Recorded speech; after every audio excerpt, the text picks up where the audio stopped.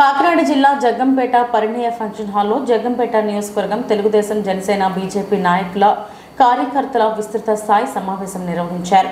కార్యక్రమానికి జగ్గంపేట నియోజకవర్గంలో కూటమి అభ్యర్థి జ్యోతుల నెహ్రూ, కాకినాడ పార్లమెంట్ కూటమి అభ్యర్థి తంగెళ్ల ఉదయ్ శ్రీనివాస్, టీడీపీ జిల్లా అధ్యక్షులు జ్యోతుల నవీన్, జనసేన జిల్లా అధ్యక్షులు తుమ్మల బాబు, బీజేపీ జిల్లా అధ్యక్షులు చిలకూరి రామ్ కుమార్, జగ్గంపేట నియోజకవర్గం జనసేన పార్టీ ఇన్ఛార్జ్ తుమ్మలపల్లి రమేష్, జగ్గంపేట నియోజకవర్గం బీజేపీ ఇన్ఛార్జ్ దాట్ల కృష్ణవర్మ తదితరులు హాజరై మే 13న జరగబోయే ఎన్నికలకు 3 పార్టీల నాయకులు కార్యకర్తలు సిద్ధం కావాలని పిలుపునిచ్చారు.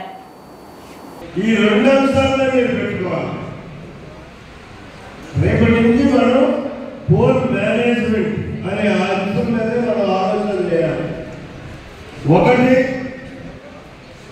ఈ 2-3 రోజుల్లో కూడా మీరు బ్యాలెట్ ప్రచారం చేస్తూ ఆ బ్యాలెట్ ప్రచారంలో ఆ ఇంటికి వెళ్ళినటువంటి సందర్భంలో ఆ ఇంట్లో ఎంతమంది ఓటర్ ఉన్నారా, రెడీగా ఇక్కడ ఉన్నారా, లేదు బయట ఎక్కడన్నా ఉన్నారా, ఇప్పటికే చాలా వరకు మీరు అన్ని వర్కౌట్ చేస్తారు.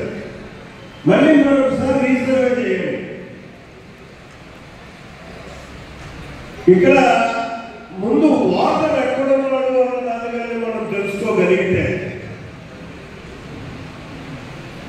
7 గంటలకు ప్రారంభమవుతుంది 11వ తారీఖు, సాయంత్రం 6 గంటల దాకా ఉంటుంది. కూర్చోబెట్టారు అంటే పవన్ కళ్యాణ్ గారు నెహ్రూ గారిని గెలిపించమని మనందరికీ చెప్పినట్టు, మోడీ గారు నెహ్రూ గారిని గెలిపించమని మనందరికీ చెప్పినట్టు, చంద్రబాబు గారు నెహ్రూ గారిని గెలిపించమని మనందరికీ చెప్పినట్టు. సో ఇది మనందరం బాధ్యత.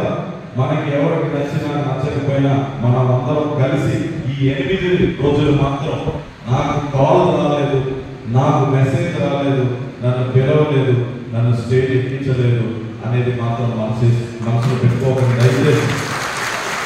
ఎందుకంటే ఈ 8 రోజుల్లో ఇచ్చే ఇంపార్టెన్స్ కాదు మన లక్ష్యం. 5 ఏళ్ళు మనం అధికారంలో ఉండటం మన లక్ష్యం.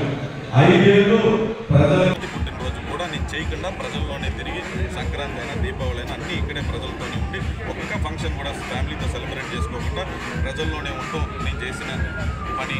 సో దానికి గుర్తింపించి గెలుస్తున్నామని చెప్పి అన్ని సర్వేల్లోని తేల్చి చెప్పి ప్రజలందరూ వచ్చి